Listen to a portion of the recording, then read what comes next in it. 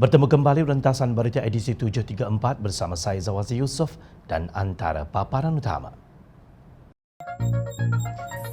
Pendedahan 101 projek rundingan terus, siapa kantoi? Zafrul menjaring gol ke gawang sendiri.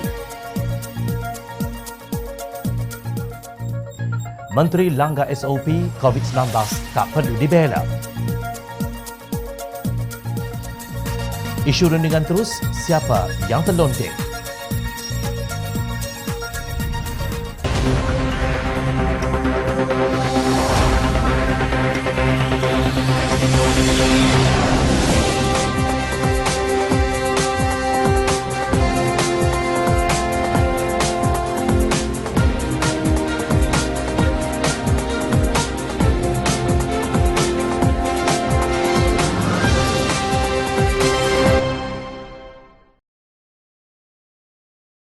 Assalamualaikum dan salam sejahtera.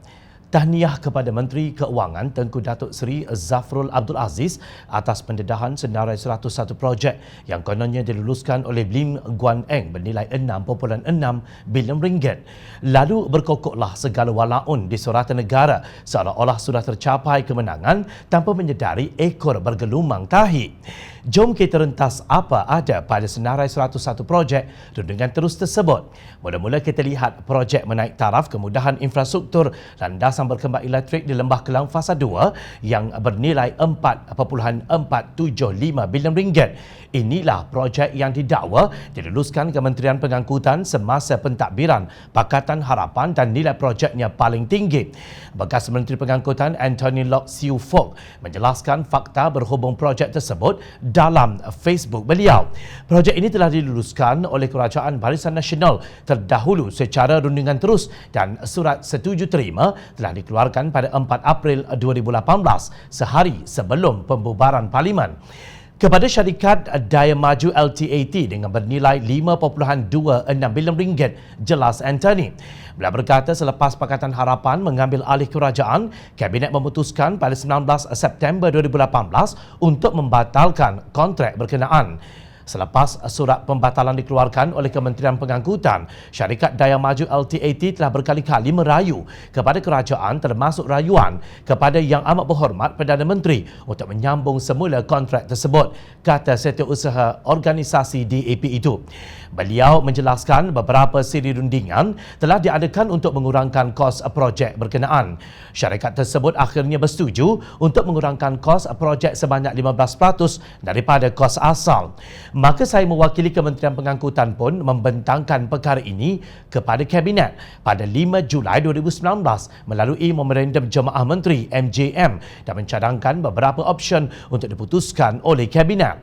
Kata Anthony, Jemaah Menteri pada 5 Julai 2019 telah memutuskan untuk meneruskan projek ini dengan syarikat Daya Maju LTAT dengan kos yang lebih rendah iaitu 4.475 bilion ringgit setelah membuat beberapa pertimbangan iaitu A. Surat setuju terima telah dikeluarkan oleh kerajaan terdahulu. Sekiranya kerajaan tidak meneruskan kontrak ini, kerajaan terdedah kepada risiko tindakan undang-undang sivil oleh pihak syarikat dan kemungkinan perlu membayar pampasan.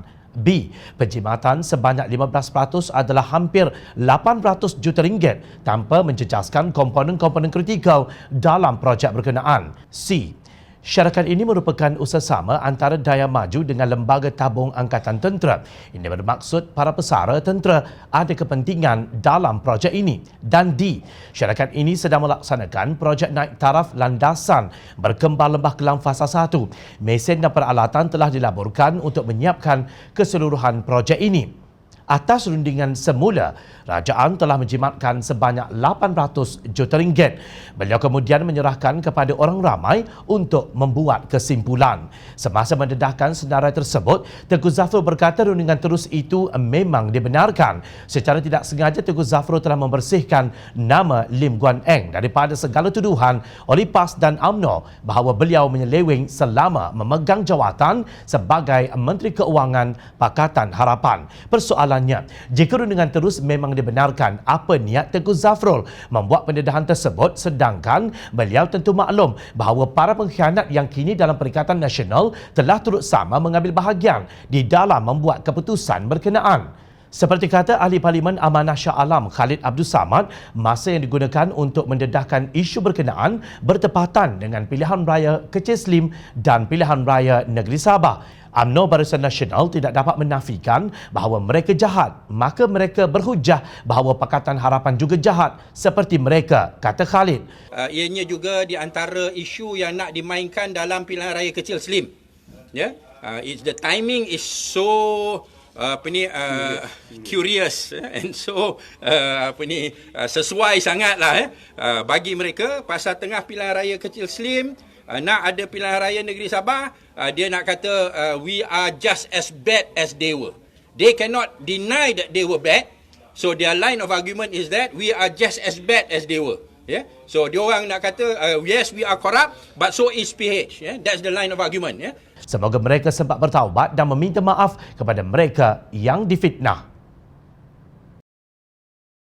Ahli Parlimen Keadilan Lembah Pantai Fahmi Fazil mengucapkan terima kasih kepada Menteri Keuangan Tengku Datuk Seri Zafrul Abdul Aziz secara sinis berhubung pendedahan 101 projek yang didakwanya diluluskan oleh Lim Guan Eng yang bernilai 6.6 bilion ringgit. Pengarah komunikasi keadilan itu menyifatkan Tengku Zafrul sudah menjaring gol untuk Perikatan Nasional di gawang Perikatan Nasional.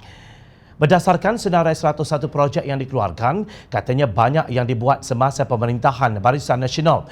Kenyataan ini dihuraikan oleh bekas Menteri Keuangan Lim Guan Eng pagi tadi yang mendedahkan apa yang disifatkannya sebagai penipuan besar Kerajaan Perikatan Nasional menerusi Tengku Zafrul. Guan Eng berkata bersandarkan senarai tersebut, projek rundingan terus Pakatan Harapan bukannya 1.4% atau 6.61 bilion ringgit daripada keseluruhan perolehan kerajaan, tetapi hanya 0.07% atau 352 juta ringgit sahaja. Kebanyakan projek rundingan terus bukan inisiatif daripada Pakatan Harapan, tetapi adalah projek yang diwarisi atau sambungan daripada zaman Barisan Nasional. Bezanya Pakatan Harapan telah meneruskan projek-projek ini dengan pemotongan kos yang menghasilkan penjimatan yang ketara. Jelas Guan Eng semasa pentadbiran Pakatan Harapan selama 22 bulan, sebanyak 99.93% daripada jumlah keseluruhan perolehan telah ditawarkan melalui kaedah tender dan bukannya rundingan terus. Perikatan Nasional menipu kerana meletakkan projek Barisan Nasional sebanyak 6.258 bilion ringgit sebagai projek rundingan terus zaman Pakatan Harapan. Sedangkan rundingan terus di bawah Pakatan Harapan hanya 352 juta ringgit sahaja. Guan Eng mendakwa Tengku Zafrul cuba menutup hakikat bahawa Perdana Menteri Tan Sri Muhyiddin Yassin dan beberapa menteri pengkhianat Pakatan Harapan sebelum ini juga meminta projek rundingan terus.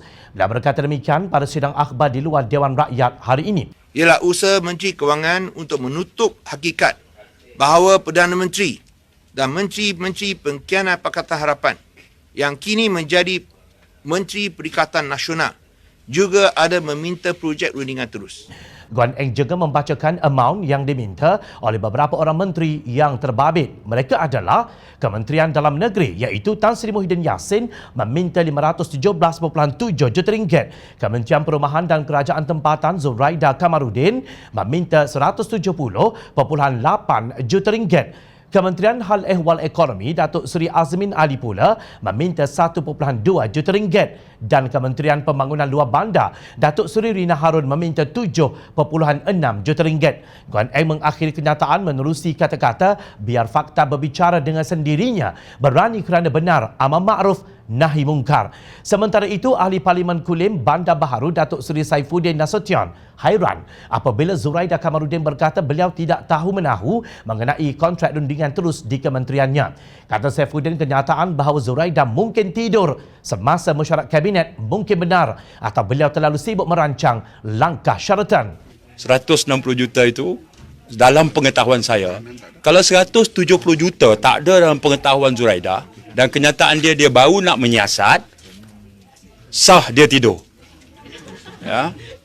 Carian Jom Channel mendapati projek perolehan pembekal perkhidmatan bagi Himpunan Usahawan Bumi Putra HUB oleh Kementerian Perdagangan Antarabangsa dan Industri MITI dijalankan pada Mac 2018. Projek ini menelan kos sebanyak RM5.999 juta.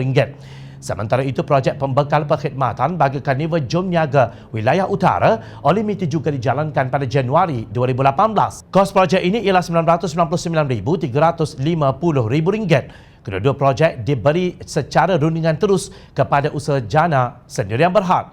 Dua projek itu merupakan contoh yang jelas menunjukkan penipuan Perikatan Nasional mengenai projek rundingan terus yang kononnya dilakukan oleh Pakatan Harapan.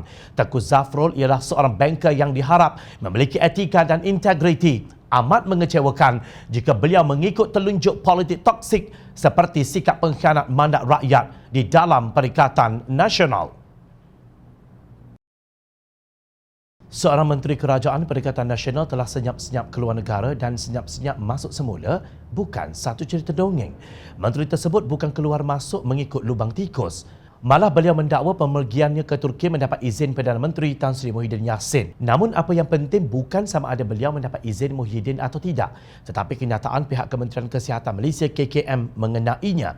Ketua Pengarah Kesihatan Tan Sri Dr. Nur Hisham Abdullah dilaporkan berkata beliau dan pegawai tertinggi KKM hanya mahu Menteri Perusahaan Peladangan dan Komoditi Datuk Dr. Khairuddin Aman Razali yang melanggar peraturan kuarantin Kendiri minggu lalu. Namun kononnya KKM telah kompaun RM1,000 kepada menteri berkenaan pada 7 Ogos lepas. Pendedahan Nur Hisham ini menimbulkan begitu banyak persoalan kerana Akta 342 menyatakan bahawa kompaun hanya boleh dikeluarkan oleh Ketua Pengarah Kesihatan atau mana-mana pegawai awam yang diberi kuasa secara bertulis. Kemungkinan kompaun telah dikeluarkan oleh pegawai biasa. Tetapi mengapa berahsia mengenainya sehingga Ketua Pengarah sendiri tidak tahu, sedangkan individu yang terbabit seorang menteri? Paling tidak masuk akal apabila ahli Parlimen Seputir Teresa Kok yang mendedahkan mengenainya dituduh iri hati terhadap pencapaian Khairuddin. Janganlah kerana dengki dan iri hati dengan pencapaian kerajaan dan menteri, maka apa sahaja peluang yang ada mahu dipolitikkan, kata Roslan Syahid Muhammad Syahir, Harakah Daily, 21 Ogos 2020.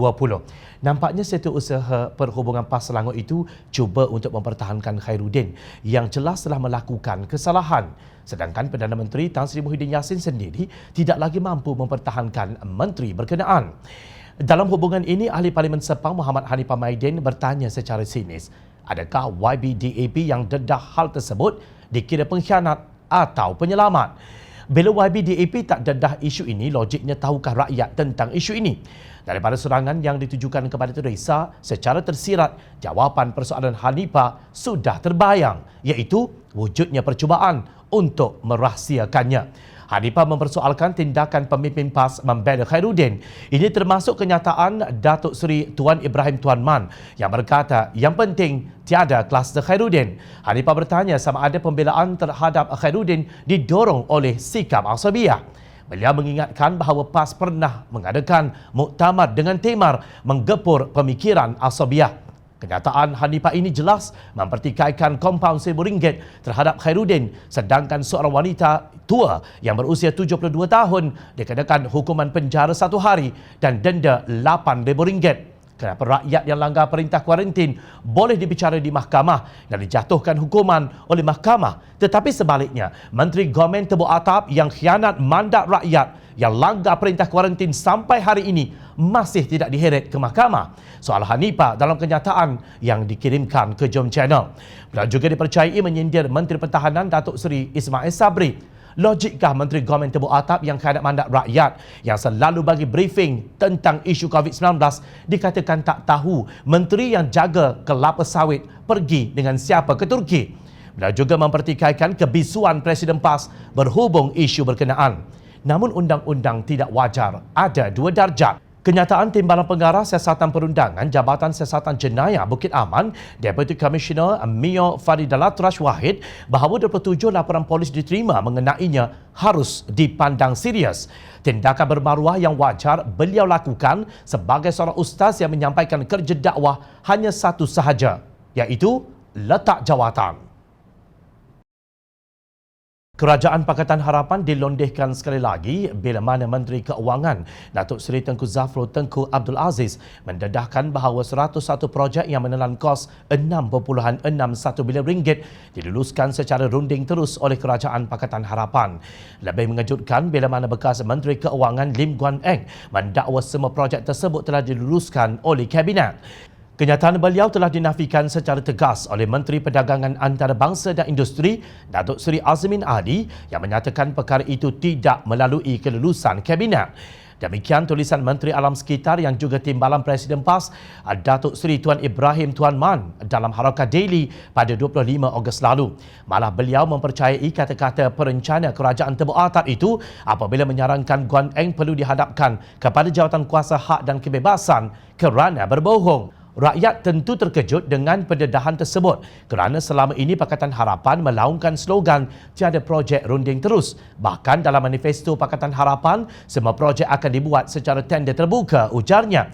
Malah beliau cuba mengaitkannya dengan pilihan raya kecil Slim. Sikap hipokrit Pakatan Harapan ini semestinya tiada tandingan meskipun mereka sering menuduh orang lain. Berarti ini tentunya menjadi bola tanggung dan menyemarakkan lagi siri kempen dalam PRK Slim yang sedang berlangsung. Kini jelas setelah Tengku Zafrul mendedahkan 101 projek yang didakwa diluluskan oleh Guan Eng bernilai 6.6 bilion ringgit itu, projek Barisan Nasional sebanyak 6.258 bilion ringgit dimasukkan sebagai projek rundingan terus zaman Pakatan Harapan. Sedangkan rundingan terus di bawah Pakatan Harapan hanya 352 juta ringgit sahaja. Justru, siapa sebenarnya yang hipokrit, berpura-pura telus membuat pendedahan sehingga Suruhanjaya Pencegahan Rasuah Malaysia mengeluarkan kenyataan mahu menyiasat projek yang kononnya dibuat oleh Pakatan Harapan menerusi rundingan terus. Siapa sebenarnya yang mengamalkan dua darjat yang dilarang oleh Islam? Sepatutnya Tuan Ibrahim menunggu penjelasan daripada pihak Pakatan Harapan sebelum membuat kenyataan melulu secara terbuka di dalam media. Bukankah amalan tabayun itu dituntut oleh Islam? Pakatan Harapan bertukus lumus selama 22 bulan cuba mengurangkan kos projek dalam perolehan Barisan Nasional. Tetapi PAS setelah bersekongkol dengan Kerajaan Tebuk Atap menuduh tanpa usul periksa kononnya Pakatan Harapan mengamalkan projek rundingan terus sehingga mencecah 6.61 bilion ringgit. Bertaubatlah selagi nyawa masih ada di badan. Sesungguhnya kebencian terhadap individu lain kerana bangsanya dan pendiriannya sehingga percaya kepada manipulasi politik jahat amat memalukan Islam. Anda tidak layak menjadi menteri mahupun wakil rakyat jika tahap pemikiran anda hanya seperti walaun yang tidak tahu berfikir. Sebelum nak melondehkan musuh anda, pastikan ikat kain anda itu ketat-ketat dan kukuh. Rakyat memerhati. Teruskan bersama kami di Jom Channel dan layar reporter jomchannel.net untuk mendapatkan berita politik tanah air. Saya Zawazi Yusof, terima kasih untuk perhatian dan penilaian anda. Assalamualaikum, salam sejahtera, jumpa lagi.